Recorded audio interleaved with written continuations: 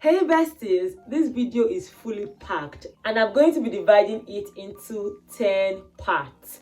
So I would literally be giving a review of Royal Air Maroc and I would insert some story times.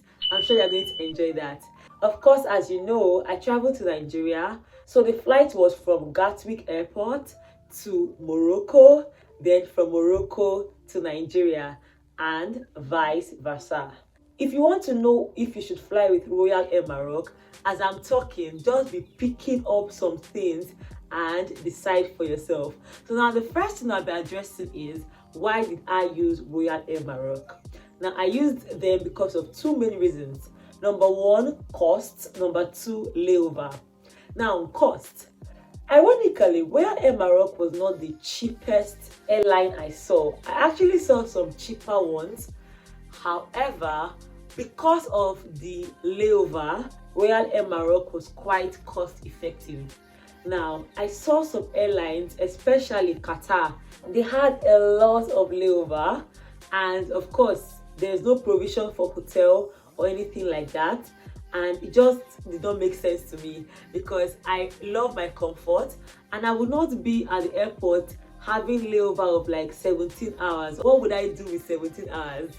I wanted to fly with Egypt Air because that's the airline I used when I was coming to the UK, and I've made like 2 videos on that. I'll link it up here. But for some reason, when I was trying to fly, there was no flight via Egypt Air. I don't even know what happened. I still don't understand, but I just could not see any flight, and that's the reason why I felt Royal Air Maroc was the best option, because they had very short layovers. Now my layover was 3 hours when I was going to Nigeria and 5 hours when I was coming back to the UK, and that was the least layovers I saw, and that's just that.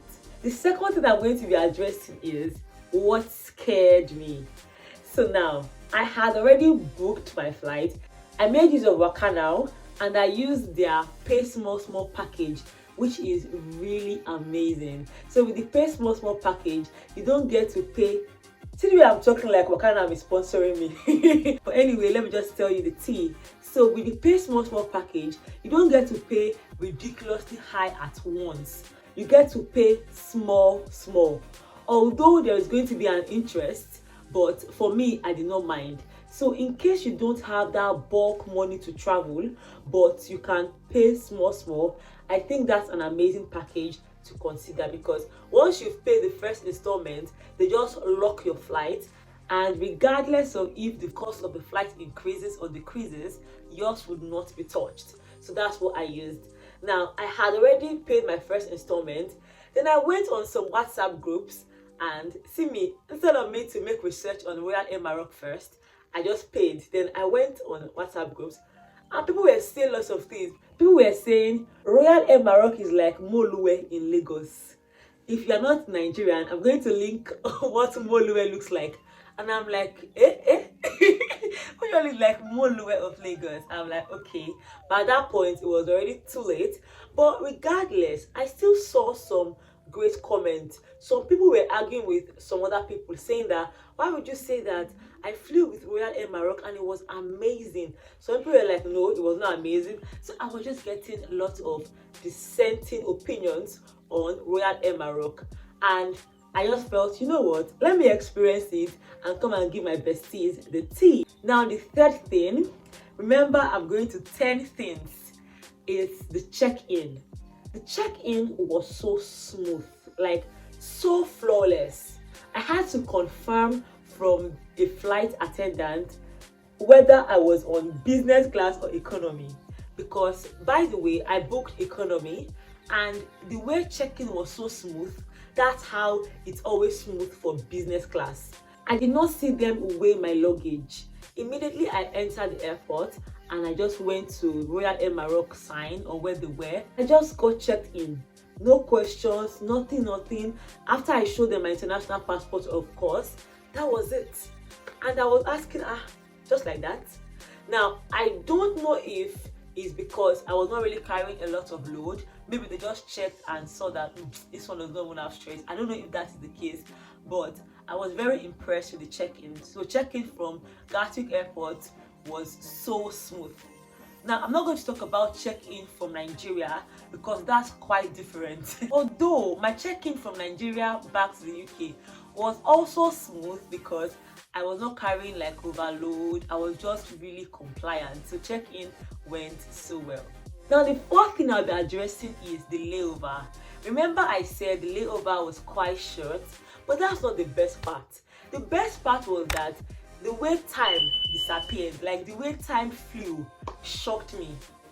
I remember thinking, okay, what am I going to do with 3 hours or 5 hours? Like play, the time actually flew.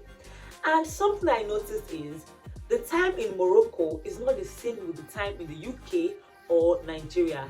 So whilst my flight could tell me 5 hours layover, I realized that at the end of the day, I actually did not stay at the airport for that long. It was like 3 hours. And even when I was on flight, the time they told me that it would take for me to be from Morocco to Nigeria and vice versa was quite short. In fact, when we landed Nigeria, I did not believe we had landed Nigeria because I was expecting the hours that was shown at the airport. The time I spent on the plane was so short. Like, I just heard we've now arrived in Lagos, Nigeria. I said, no, it can't be possible. It can't be possible. Sit time. It can't be possible. But I was there saying Lagos International Airport. I said, how? How? So that's something that I really loved. Like, time flew so fast. Now, the fifth thing we'll talk about is now the juicy part. Food. Please don't call me a foodie. I'm gonna come for you if you do so. Now, the food was very horrible. The food was horrible. The food was horrible. It was horrible, horriblest. Oh my god. I only liked the mende. I love the juice because of course it's juice. I liked the bread. That's the only thing I ate. Like, I did not eat at all. And that period, let me give you backstory. Before I fly, I always check my calendar, ensuring that I'm flying on my safe days. And when I plan this trip, I ensure to plan that in, only for me to, in fact, the way my period just came unexpectedly. I don't know what happened.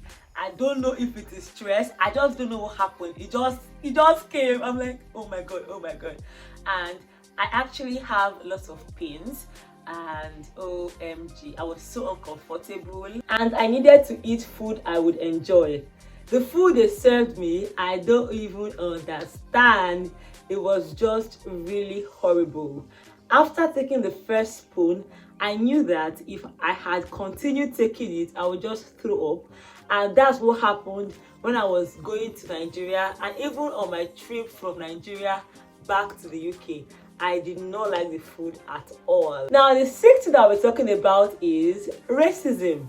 So I was on the plane angry that they served food that I don't even understand because the rice was so soggy, it was not tasty, it was bland, no spices, nothing. And the next thing, on the road to the right, I saw this man that was just shouting, screaming, but I really could not see him, so I could not know what was going on, but he was just screaming and no one was responding to him. So I was wondering, who is this screaming at? Who is this Pale? Let's call him Pale because he's quite elderly. Who is Pale screaming at? We did not know who Pale was screaming at. As the plane landed in Morocco, they're waiting to transition to the plane to Nigeria, and this man was fuming. He was like, these people are racist, Moroccans are R-word. Like, it just kept going and going and going. And I realized that, oh, he was the man that was screaming. I'm like, I was just minding my business because I always do. And one person was like, what happened? What really happened? Then that was when he said, when the air host was serving food, he ignored the man. He ignored Pale. So let me explain again. They were serving food. And by the way, in the airplane, there were different kinds of people, white, blacks, Asians. Pale said the air host served the white people in front, some other people near him, and conveniently ignored him. So they did not serve him any food. And he started fuming that they are the R word. And at that point, I was just wondering that, what of if it was actually a genuine mistake? Maybe it was an oversight. This was me just trying to give excuses for them. And the man kept saying that no, it was not an oversight because this is the second time it's happening to him. And I was like, As he was talking, another older woman was saying almost the same thing, not with Air Maroc, but she flew with one other airline. I can't remember right now. But they served every other person except her, conveniently. And when she started talking and fuming, they kept quiet. So at that point, you are like the angry black person, because who are you fighting with? Only you are fighting, you are screaming, whilst the person you are talking to is just zipping it. And that was quite, I was like, okay. Then when I got home, I was talking about this with my father, and he was telling me that there was truly something called ageism, where older people or younger people that don't fit the beauty standards. Because personally, I feel everybody is beautiful. However, some people feel some people are ugly. And my dad was saying that most times, people that don't fit into the conventions get treated anyhow. Can it be a coincidence that you did not give someone food, the same person 2 times? And if that really is what it is, then that's such a shame, because that is just even beyond racism. It even extends to, like, why would you treat an elderly person in an inhumane way? Because you know that, number one, they are elderly, and because they're elderly, they don't have as much fierceness like a younger person would have. Because I know that if someone tries to do that nonsense to me, the first thing I would do is to carry my camera and position it, and that's what every younger person would do. Or a younger person would just attack them straight up, like shout, scream. But most older people are quite reserved, and it's such a shame if people actually show such biases to them. So I really did not get the end of that story because of course I had to go to my flight, the other flight, but that was what happened. What do you think, besties? Because it still made me think about, can this really be racism? Like, what really is going on? And the 7th thing is Morocco Airport. Like, the airport is Mohammed V International Airport, and it was so beautiful. Like, Morocco is so beautiful. And what pained me was the fact that I should have gotten an e-visa so I would explore Morocco. Okay, no, I would not have, because even though it could have been maybe 3 hours layover or 5 hours, the way time is to fly, before you know it, you get stuck and you miss your flight. And I knew that even the devil could not stop me from going to Nigeria. So that was that. But the airport was so beautiful.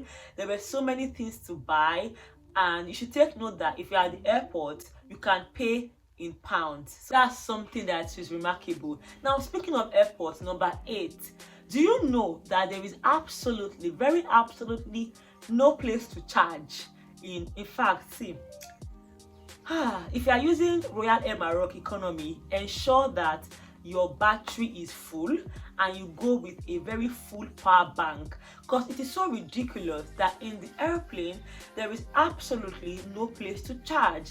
And even at the airport, the places to charge are places that have these ridiculous charging points. You see all these normal chargers like this, you will not see it to charge. Like, you can't charge, there is no place to charge unless if you get these multiple charger extensions. Otherwise, you will not be able to charge your phone, and that is something that really pissed me off.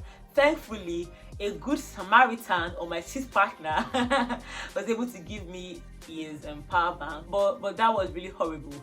Now, 9th thing, do you know that economy in Air Maroc, there is absolutely no TV, nothing to watch. You will just be there looking and watching the map and location as it's going. And I'm like, what is going on? This is an international flight.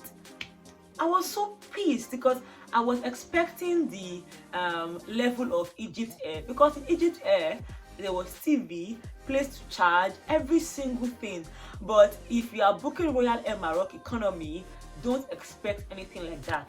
Now, I don't know if my airline or the flight I used was the norm, or whether ordinarily they usually have TVs, but the flight I used, there was no TV going and coming. So you are just there in limbo, because there is no Wi-Fi on air, nothing. You are just there, unless if you had maybe saved some movies or music to listen to or whatever. Otherwise, you just be there like me. I was just there looking. And that made the trip quite uncomfortable for me. This is just for economy, because for business class, I noticed that they had TV, they had place to charge. Like, business class is truly to enjoy. So of course, if you are flying business class, you don't have to worry about most of these things. Now, the 10th and final thing I'll be talking about is the leg room, and this would interest people that maybe are very tall or have long legs. I felt the leg room was not really enough. I felt the plane was quite crowded, because when I would stand up at the aisle of the plane, I realized that two people cannot just like pass. You have to wait. And if the air hostess or host is coming with this their trolley, you can't even stay. So it was quite tight in my opinion. However, the person I traveled with said the leg room was okay, and I'm like, how can you say the leg room was okay? But he was telling me that he flies regularly with Virgin Air, British Air, and in his opinion, Royal Air Maroc has a larger leg room than even British Air, Virgin Air, and the likes. Now, I don't know if that is true, because I've never used any of those other airlines, but I felt the leg room, the space was quite small. Or maybe that's just me. If you've flown with Royal Air Maroc, what's your opinion on these things I've mentioned? What do you think? How was it for you? Now, finally, would I fly with Royal Air Maroc again? Now, the answer is it depends. I would not fly economy again by God's grace. With business class, lots of stress and discomfort would be avoided. When next I'm flying with Royal Air Maroc, by God's grace, it's going to be business class, because I deserve that comfort. But now, would I tell someone that maybe wants to come from Nigeria to the UK, or from UK to Nigeria, to fly with Royal Air Maroc? My answer is it depends. I've given you all this information from my point of view and my experiences. So if, for instance, you've already booked your flight via Royal Air Maroc, my advice: number one, take a full power bank, let your phone be charged, download TV. Sorry, TV, no. For download the refrigerator, sorry. Download movies, download music, and download anything that will keep you company on your phones. Then ensure that you have like some snacks to munch with, because you may not enjoy the food, but you may, but I didn't. That is besties for this video. I'm linking up my travel vlogs, just in case you've not watched any of them, so you can watch them. In case you're watching me for the first time, my name is Ada, and I'm also known as Thelegalpepper. Do well to stay subscribed, and I'm going to see you on Mondays, Wednesdays, and Saturdays by 5 p.m. See you in my next one. Bye guys.